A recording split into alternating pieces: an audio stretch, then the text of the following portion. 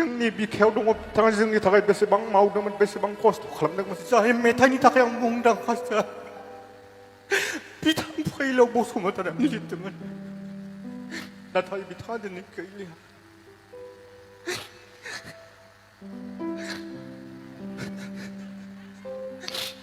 जोबोद दुखु मोनबाय रायजो नोंथांमोन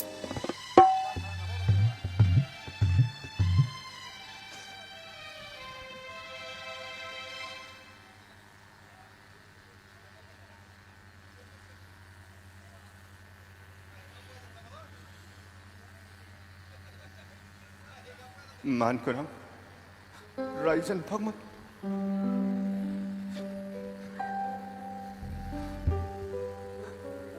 एसे सिङावसो खनलांनाय जाय मेथाइनि थाखाय आं मुंदांखासो बिथां फैलाव बसुमतारिया लिरदोंमोन नाथाय बिथाङा दिनै गैलिया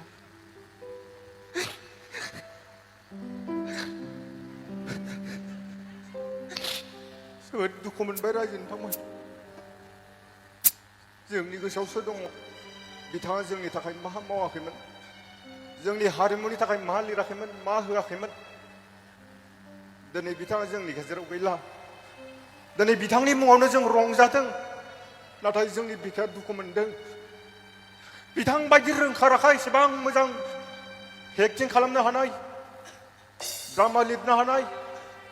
एसामिस लेभेलाव एसेबां मोजां फावथिना खालामनो हानाय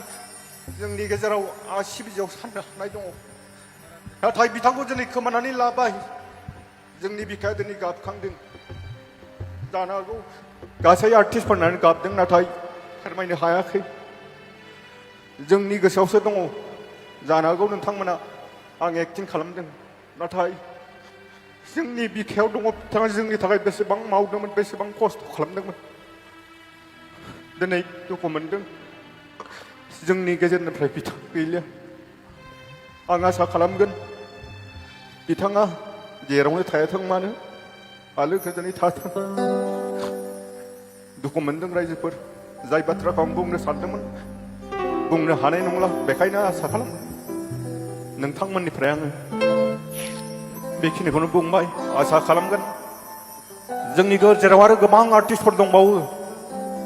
बिथां आर्टिस्टमोनफोरा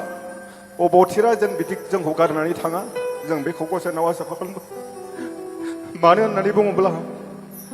जोंहा सासे आर्टिस्ट गोमानायाव गोबां खहा जायो बेफोरबायदि रोंखा राखा आर्टिस्ट गोमानायाव गोबां खहा जायो हारिमुनि बेलायाव नङा जाथियाव समाजाव गोबां खहा जायो नाथाय मा खालामनो जों साफ्रोमबो सानो राजा जानो नाथाय गसाइया थोनो बिनानै जानो जों लुबैनायखौ जों मोनजोबा दा जियानो जा जाय आर्टिस्टफोरा जों दिनै थांनानै दङ जों दिनै बेफोरबायदिनो खौसे जानानै ज' जालायनानै जों थानांगोन जाथिनि हारिनि हारिमुनि जों खामानि मावनांगोन जों दिनैहाय जेरै नुदों कलेजनिफ्राय जेरै ओंखाम राननो फालो फालो फैदों बेफोरबायदिनो फोननांगोन बिथांमोनखौ आं दिनै थेंकिउ बुंगोन बिथांमोना दिनै बिथांनि नामाव जोबोद खस्थ' खालामबाय रोजा रोजा मानसिनो ओंखाम जाहोना हरबाय बिथां केसि कलेजनि मावथि बिथांमोनखौ आं दिनै साबायखर बावगोन दिनै बागाजानि गामिया रोजा रोजा मानसिखौ खस्थ' खालामनानै जाहोहरबाय दा बिथांमोननोबो जोङो जोंनि सालबारिनि जिल्लानि जानानै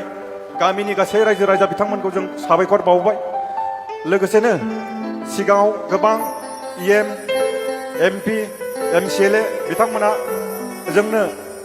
रोजा रोजा रां हरनानै दिनैनि बे हाबाफारिखौ मावफुंनायाव जोबोद मदद होबाय दा बिथांमोननो जायफोरा जोंनो खस्थ' खालामनानै फैसा हरबाय खस्थ' खालामनानै बेसिं नुजाफैबाय जोंखौ थुलुंगा होफैबाय बिनि थाखाय बिथांमोननो जोंनिफ्राय रोजा रोजा साबायखर बावहरबाय बिथांनि मुङावनो दिनै गांसे बिसम्बि सेबखांदों बे बिसम्बि सेबखांनायावबो जायफोरा एडिटर बर्डआव दङ बिथांमोना जोबोद सान हर खस्थ' खालामनानै बिथांमोननि मुङाव खस्थ' खालामबाय बिथांमोननोबो आंनि गोसो गोरबोनिफ्राय साबायखरखौ बावहरबाय दिनै जोंनि उन्दै उन्दै फरायसुला फरायसुलि बिथांमोना दिनै बिथांनि मुङाव जोंनि सारनि मुङाव बे फैसालियाव फैनानै दान्दिसे रंजाफैबाय बिथांमोननोबो जोंनि सालबारि जिल्लानि जानानै बिथांमोननो जोंनि साबायखरखौ बावहरनाय जाहैबाय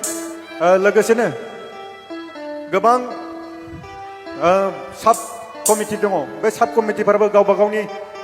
जिखिनि मावनांगौ बे मावनांगौखौ बिथांमोना मावलांबाय बिनि थाखाय जोङो सालबारि जिल्लानि जानानै बिथांमोननो जोङो साबायखरखौ बावबाय दा बे हाबाफारियावनो बे एसेबां गिलिर हाबाफारिखौ जोबोद मोजाङै बाबेन हरनाय खस्थ' खालामनाय सान हर खस्थ' खालामनाय बे आफादनिनो खुंफुं आफादनि मानगोनां नेहाथारि बिथां खदगेश्वर बसुमतारीखौ फैसालियाव फैनो थाखाय खावलायबाय लोगोसेनो बिथांखौ गांसे आर'नाइजों मान बावनो थाखाय खावलायो आसा खालामो बिथाङा फैसालियाव फैयो आरो गावनि सिनायथिखौ लायो दिनैनि जोंनि बे हाबाफारिखौ बिथाङा सान हर खस्थ' खालामनानै जोंनि हाबाफारिखौ जाफुंहोदों बिथाङानो जाहैबाय खामारदैसा गोजौ फरायसालिनि लेङाइ फोरोंगिरि खदगेश्वर बसुमतारी बिथाङा जोबोद खस्थ' खालामनानै दिनैनि हाबाफारिखौ जाफुंहोदों बिथांनिसिम साबायखर थाबाय बिराद खस्थ' खालामनायनि थाखाय दा दिनै बेवहायनो गोबां साब आफादफोर दङमोन दा जायफोरा गोबां खस्थ' खालामबाय बिथांमोननोबो जोंनि सालबारि जिल्ला बिसानिफ्राय जाय बिथांमोना खस्थ' खालामबाय बिथांमोननो जोंनि गोसोनिफ्राय साबायखरखौ बावहरबाय दा जियानो जा जोंहा जाहोनाय लोंहोनायाव जानो हागौ सोरबा दरसे दरनै खम मोनजाबाय सोरबा नांगौनि बाराबो मोनजाबाय सोरबाया गोसोबायदि मोनजाखौ जानांगौ बोथोराबो जोबोद गरम दा जियानो जा एसेबां खस्थ' खालामनानै जोंनि नै दिनैनि बे गोथार हाबाफारियाव नोंथांमोना जोंखौ मदद खालामफैनायनि थाखाय जोंनिफ्राय नोंथांमोननिसिम जोंनि गोसोआव दाहार जानानै थाबाय जानो हागौ नोंथांमोननोबो जोंबो माब्लाबा सम आरो खाबु मोनोब्ला जोंबो थोजासे नोंथांमोननो मदद होगोन दिनै जोङो बाथ्रा होबाय दा जियानो जा रायजोफोर दिनै गासै हाबाफारिखौ आं सानदों जोबोद मोजाङैनो जानानै थांदों दिनै नैबे गोथार हाबाफारिखौ दिनै बेखिनियावनो बेखिनियावनो फोजोबबाय होननानै फोसावबाय गोजोन्थों रायजो नोंथांमोननि मदद मोननायनि थाखाय गोजोननाय थाबाय लोगोसेनो बेयाव गोबां दामग्रा देग्रा फैदोंमोन गोबां आर्टिस्टफोरबो फैदोंमोन बिथांमोनहाबो सल' खनलांबाय खस्थ' खालामलांबाय बिथांमोननोबो जोंनि सालबारि जिल्ला बिसानिफ्राय साबायखरखौ बावहरनाय जाबाय गोजोन्थों लोगोसेनो बेवहायनो बे खुंफुं आफादनिनो सान हर खस्थ' खालामफानाय मानगोनां आफादगिरि बिजु बसुमतारीखौबो फैसालियाव फैनानै जोंनि सालबारि जिल्लानिफ्राय मान बावनायखौ लानो थाखाय